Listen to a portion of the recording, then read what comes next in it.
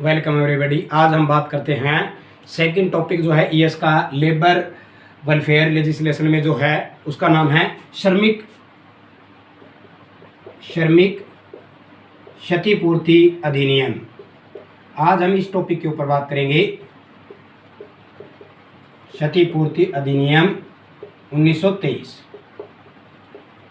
English में इसको क्या कहेंगे हम? इंग्लिश में हम इसको कहेंगे वर्कमेंस कंपेंसेशन एक्ट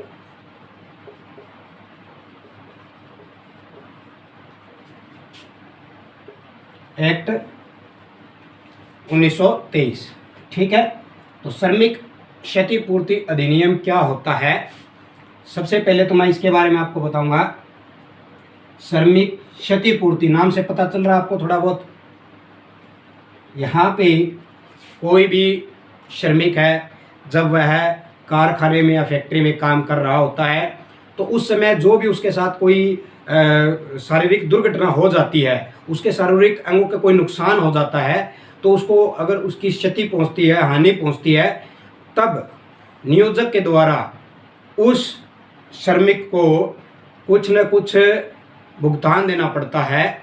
उसे श्रमिक क्षतिपूर्ति अधिनियम द्वारा ही दिया जाता है। तो इसमें हम यह कह सकते हैं कि जब भी कोई श्रमिक है, कारखाने में काम कर रहा है, उस समय उसके साथ कोई भी मतलब दुर्घटना हो जाती है, तो उसके बदले में उसे क्या है, कुछ ना कुछ जो भुगतान पैसे दिए जाते हैं, तो वो इस अधिनियम के तहत दिए जाते हैं। तो कैसे होता है इसमें देखिए। और अब पहली बात तो ये है कि ये कब बना, तो यह 1923 में पारित किया गया, परंतु इसे लागू जो है 1 जुलाई 1924 को किया गया। ठीक है, तो यहाँ 2 क्वेश्चन बन गए हैं। अगर ये कह दे कि वर्कमैन कंपनसेशन एक्ट कब पारित किया गया, तो 1923 में। अगर इसकी बात करते हैं कि इसको कब लागू कर दिया गया, तो 1 जुलाई 1924 को इसे लागू कर दिया गया था। अब देखिए नेक्स्ट क्या है। इसके अंदर एक चीज़ और है, जब इसे लागू करने के बाद अब तक इसमें जो 11 बार संशोधन कर दिया गया है। यहाँ आप संशोधन नाम से पता लगा सकते हैं, आप जान गए होंगे। संशोधन का मतलब है इसके जो रूल है, इसके अंदर जो बनाए गए हैं उन्हें चेंज कर दिया गया है 11 बार। जैसे किसी को राशि है, मान लो कुछ राशि कम दी गई थी, हो सकता है उसको बढ़ा दी हो, सैलरी के ऊपर डिपेंड कर दी हो, ऐसे ऐसे कुछ एक्ट जो इसमें चेंज कर दिए गए हैं, कुछ ना कुछ इसके नियम चेंज कर दिए। वो भी कितनी बार? 11 बार। तो ये आपको याद रखना है, कई बार ये पूछ लेते हैं। तो 11 बार इसमें संशोधन कर दिया गया है। पहली बार जो संशोधन किया था वो वर्ष 1933 में किया था, और आखिरी बार वर्ष 1995 में किया था। ये भी आप ध्यान रख लेना, ठीक है। पहली बार जो इसका संशोधन 1933 में हुआ था, और आखिरी बार 1995 में हुआ था। क्लियर। अब हम बात करते हैं कि इसके अंदर जो किस तरह की हानि जो है मजदूर को हो सकती है। तो देखिए, जो श्रमिक होता है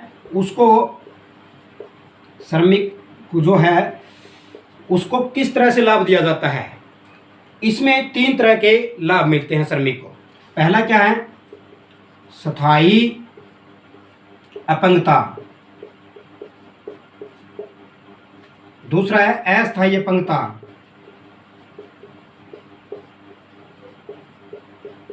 ठीक है, और तीसरा है मृत्यु होने पर।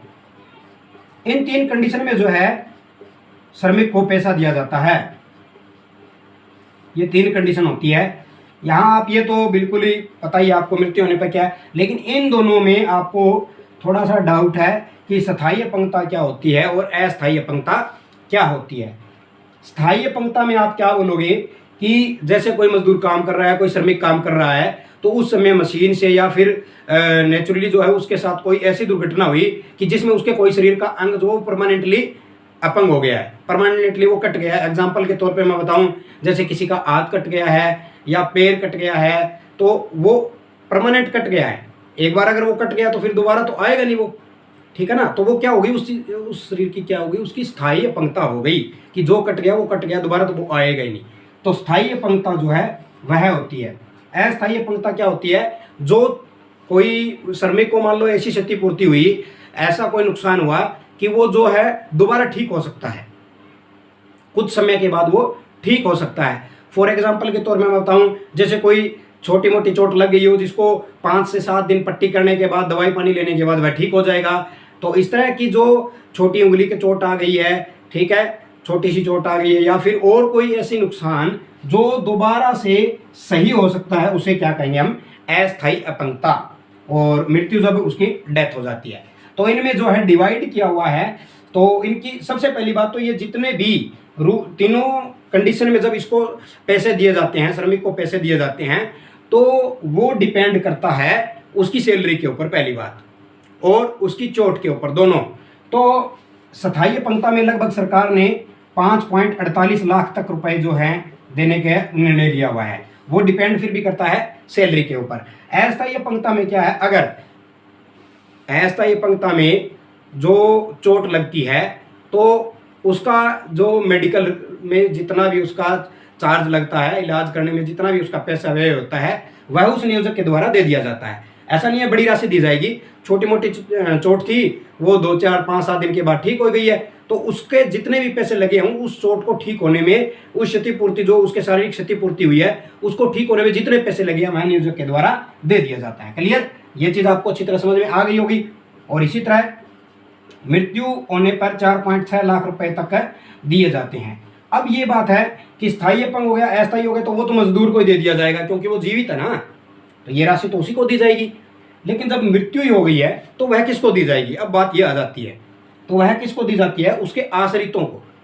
जब भी उसको जॉब में लगाया जाता है तो उसके आश्रित, उससे नॉमिनीज जो है उससे पूछे जाते हैं, उसी को वो पैसे दे दिए जाते हैं। ठीक है, चाहे वो उसके माँ बाप हो, बीवी बच्चे हों, भाई बहन हो, कोई भी हो, XYZ, तो उसको यह पैसे दे दिए जाते हैं। क्लियर, तो ये इससे संबंधित जो श्रमिक क्षतिपूर्ति अधिनियम से ये थे। अब एक बात और है कि कई बार क्या है, ऐसा तो नहीं है कि मजदूर ने जानबूझ के अपने आप को चोट लगाई है कि मुझे ये पैसे मिल जाएं। ठीक है, तो जब भी अगर मजदूर काम कर रहा है फैक्ट्री में, नेचुरली उसके साथ अगर कोई हादसा हुआ है तभी उसको पैसे मिलेंगे। अगर उसने जानबूझ के किया है तो उसको पैसे नहीं मिलेंगे। अगर वह नशे में काम कर रहा था, नशे में अगर इस तरह की कोई घटना हुई है, तब भी उसको कोई भी पैसे नहीं मिलते हैं। तो ये था श्रमिक क्षतिपूर्ति अधिनियम। उम्मीद करता हूँ ये आपको अच्छी तरह समझ में आएगा। खास आप इसका ये ध्यान रखना, कब इसे लागू किया गया, कब इसे पारित किया गया, इस तरह के क्वेश्चन इसमें आते हैं। नेक्स्ट वीडियो में मैं नेक्स्ट जो है एक्ट आपको समझाऊंगा। उम्मीद करता हूँ ये आपको अच्छी तरह समझ में आया होगा। अगर ये वीडियो आपको अच्छी लगी हो तो इसे लाइक करें और शेयर करें। Thank you so much.